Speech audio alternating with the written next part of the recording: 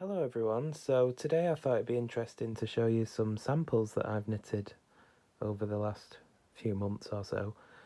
I recently bought a Brother 965i knitting machine, and I also got a folding MK70 earlier this year too, so I've been testing them out and I've knitted various samples, and I crammed them all into this little black box. So I'll show you what I've got in here. So first of all, here is a sample of a Halloween pattern that I punched out myself for the MK70. You see it says boo, some ghosts there, some stars and moons and witches and cauldrons. So this was the first sort of test that I did to test the punch card out and see how it knitted up. And that was the tester, but the actual pattern for the sweater that I knitted, this was the tension swatch from it. So this is what the pattern actually came out like.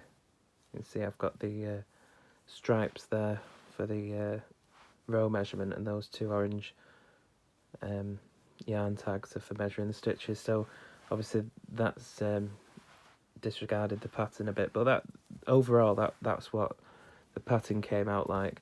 So the front of the sweater had this design on, exactly identical to that, and the back was just plain. Here's the other swatch, just plain.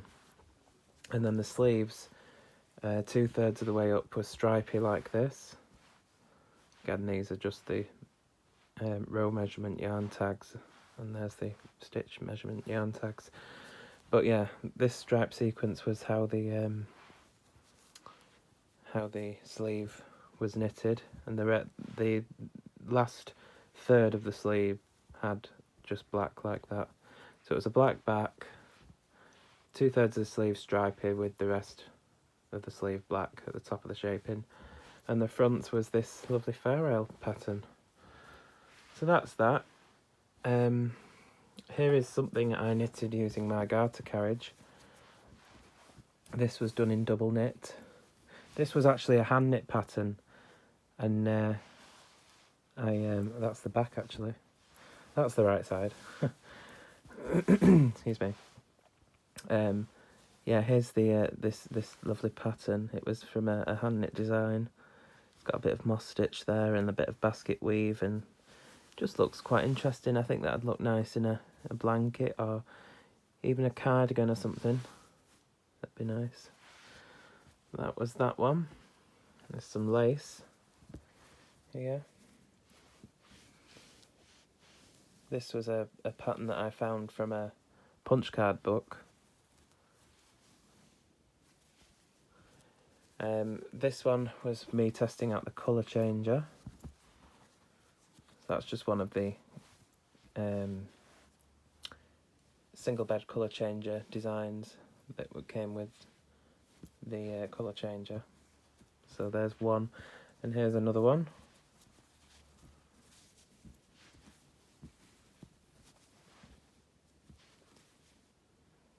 Okay. Here is a design of some elephants from Stitch World 2 that came with the 965i. These colours, by the way, yellow and teal, don't go well together. They're horrible, but that was all I had to do the testing with. So anyway, bear with that. So yeah, this elephant design with all these this sort of forest scenery is a bit. It doesn't stand out as much as I thought it would. It might do better in a different colour than this. It might look totally different in, say, black and white or something like that. But that's that one. Then there was this, which was a massive design, really. This is 100 stitches wide. I can't remember how many rows long it is. But, oh, it's got a bit caught on something there. Looks like it's been pulled. That wasn't like that before I put it in the box. I must have caught it. See if I can sort of straighten out a bit. Anyway. So you've got, again, this was from Stitch World 2. You can knit, this is an entire design, you could knit part of the design. Oh, don't know what that is on my bed in there. I've just washed this as well. Anyway, so we've got the cat and the dog. This took me ages to figure out what it is. It's actually a bird, look. There's its beak and its neck, its body and its wings. And then we've got the moose. And we've got the little birds with the love heart at the top and at the bottom. So you could knit that as one design, or you could just take part of the design. It's the beauty of electronic machines. You're unlimited, unlike you are with a punch card. So that was that one. Here's another design. This was, again, I think this was from Stitch World.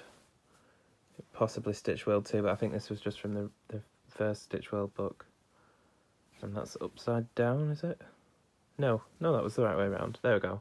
Yeah, some music notes. You've got a treble clef there and some other notes. And you've got the, oh, I can't remember what you call that. The line that they all sit on. And another garter carriage design. Again, that's the wrong side. Here's the right side.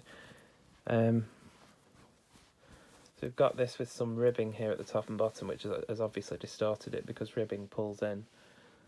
But I just set my ribber up, you see, so I did a bit of ribbing at the bottom. Again, this is some similar sort of basket weave design. This was a design I input myself.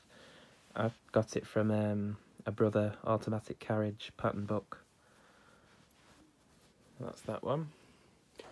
And this was something I just ran up on my machine. I was testing out spacing the letters that are secretly built into the computer on the machine. These aren't actually in the Stitch World books. These are just in the manual. They tell you the pattern numbers for these individual letters.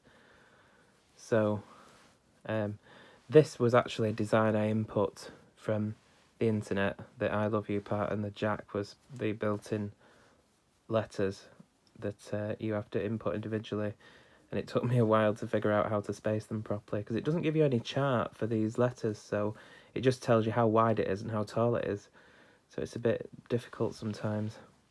But yeah, Jack's my boyfriend, if you're wondering. But there we go, that's that. This was knitted on the MK70. These ones were all knitted, all these standard gauge ones here, the yellow and blue ones. And apart from these ones that I showed you first for the Halloween sweater, all these other ones were knitted on my 965i. But this one was knitted on the MK70. This was a pattern that was punched by somebody. I didn't punch this, it came with my machine. Somebody had already punched it out. But that was me testing it, and I was making a little mock rib at the bottom. But yeah, I tend to do these random things when I'm playing about with my machines. More things knitted on the 965i. We've got the dog, which again, like I said before, you could take part of that pattern, or any pattern in fact, that you have already input into the machine. You can take part of it if you like. But there was, I just knitted the dog on its own. There's 2 feet motifs.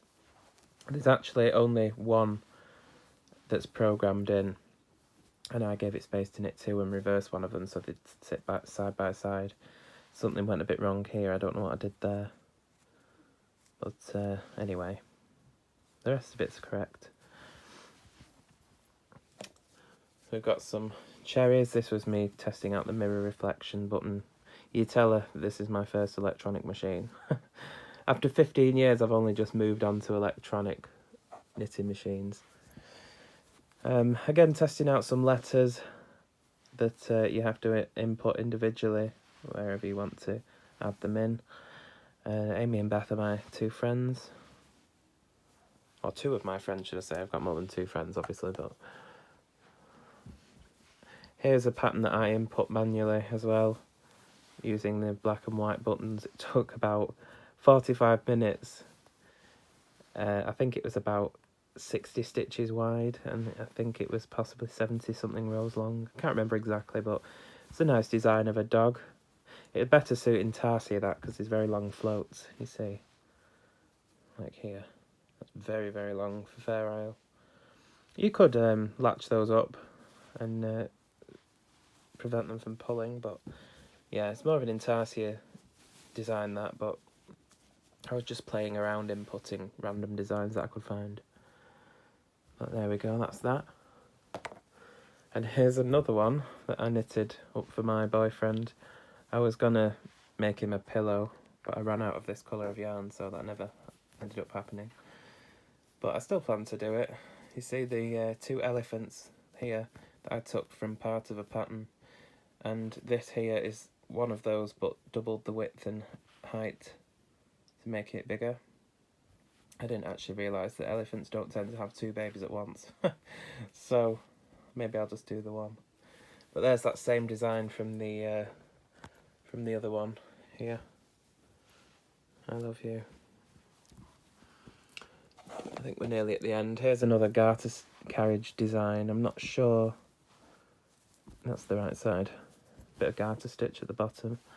I'm not sure if this was I think this was a built-in pattern from Stitch World. I think it was. I'm sure it is. And here is something I've never done before. This was my very first attempt at knitting double jacquard. This is, I believe they call it bird's eye, because the back of the fabric. But it's basically like Fair Isle with no floats. It's knitted as slip stitch, so you knit in 2 rows at a time and use the colour changer to change out the colours. So basically the floats are sort of sandwiched in between the front of the fabric and the back of the fabric. This side was knitted on the ribber, this side was knitted on the main bed, and the floats are in between here, in between there. It makes quite a thick fabric. I think, well, I've used 4-ply for this, I think, because it was done as a full needle setup, that it's probably best done in, say, 3-ply, something like that, but it still worked out. But that's, again, that's one of the colour changer standard designs that came with it. That was also knitted on the 965i. And 2 or 3 more. This was the very first sample, no it wasn't, this was the very first sample I knitted with my Garter carriage. So I tested some rib, I did double moss stitch, and then Garter stitch. If you're a viewer from the US here, that you would call that moss stitch and you call that seed stitch, but it's the same thing. That was the first sample I made. This one was the second sample I made, I think. So again, we've got Garter stitch, double moss stitch, Garter stitch, double moss stitch, etc. And this one, again, this was a built-in pattern, sort of a stair-step design. I did make a sample of this in Fair Isle as well, and that looked quite effective. But yeah, there we go. There's just the random pile of swatches that I've made, or samples, and I really don't know what to do with them. They've just been shoved in that box, and they'll probably never get looked at again until I think, what's in that box? And then I find it and have a look through it all. But I could probably just watch this video back, couldn't I? But yeah, if you have a load of swatches like this, what do you do with them? I'm curious for your feedback. Do you make them into things? Do you just shove them in a cupboard or in a box or a bag or something? Or do you just unravel them? I'm interested. So anyway, there we go. Just thought you might find that interesting. Probably not, probably bored shitless, but anyway, hope you enjoyed and thanks for watching.